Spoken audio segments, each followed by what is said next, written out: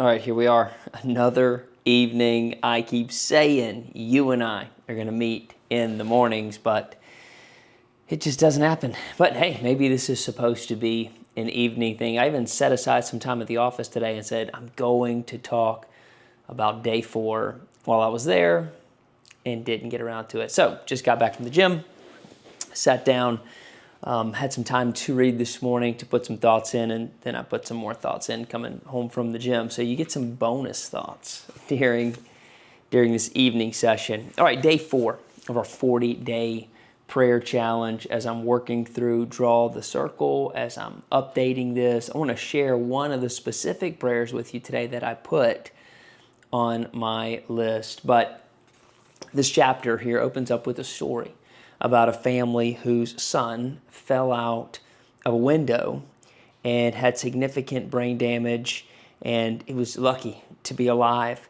but they thought he was going to be healed, and his father was holding on to that. But after the accident, he never got completely healed. And so his father was wrestling and battling with that, but instead of getting discouraged and angry, he chose to look at the situation different, to look at it through the lens of what God could do through his son's life and the people that they came in contact with.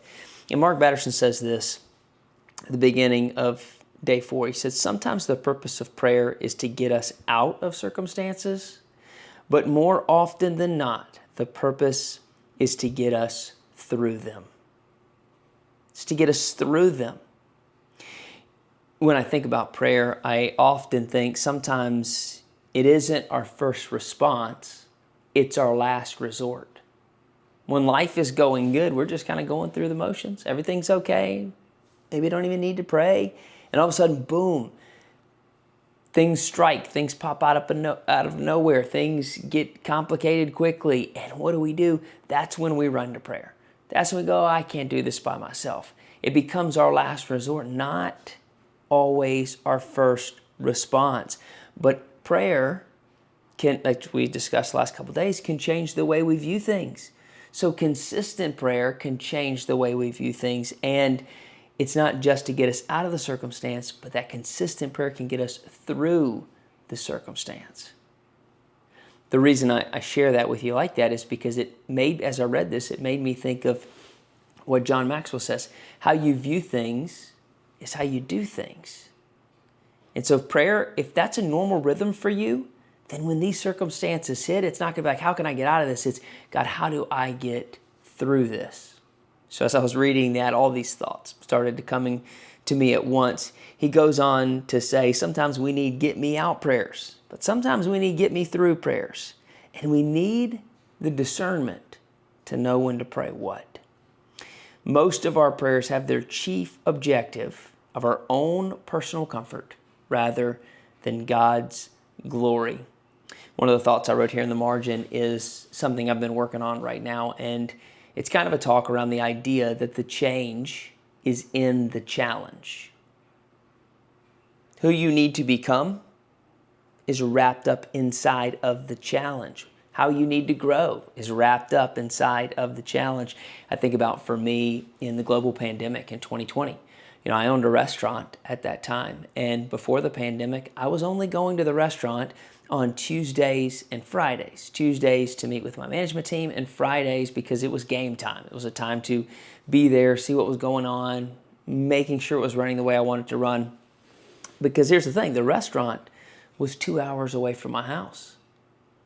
So that'd be a long daily drive. Well, after COVID hit, it became my daily drive. Every day I would drop my son off at preschool, drive 2 hours, open the store, work it all day long, close the store at 8 p.m., and drive back home. 2 hours, 4-hour commute, day in and day out on all the days we were open. And I remember just feeling so overwhelmed. And I was praying a lot of these, God, get me out of here prayers. But what I saw, in hindsight, it's always 20/20. And you can always see the fingerprint of God looking into the past. But one thing that I can see now is that I had to go through something to get to something. I wouldn't be doing what I'm doing today if I didn't go through that. The change was in the challenge. So I think when we find ourselves in that challenge, this is what I wrote down here, we have to say, God, what are you trying to teach me? Where are you trying to take me? And what are you trying to do through me? How we view things is how we do things. He goes on to say the best answer is the one that brings God the most glory. It does. It does. And looking back, again, like I said, you can see the fingerprint of God on that season and the doors that opened up and the way that prayer changed things.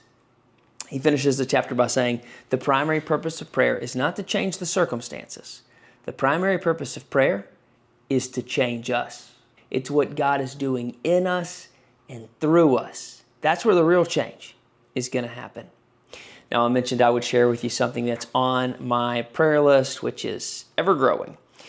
And one of the things we are praying for is a new building for our church. We had a temporary home. It was an old theater, and that was closing down. The city was renovating some property. We have some permanent campuses in our church, but our particular campus was just that temporary campus inside of the movie theater. And then we moved to a historic barn, which is a performance theater, and that's where we're at right now. And we're renting the space. It's beautiful. It has its own unique feel to it, and we are enjoying it, but I don't know that it's our permanent home. So one of the things on my list has been praying that God plants us where He wants us.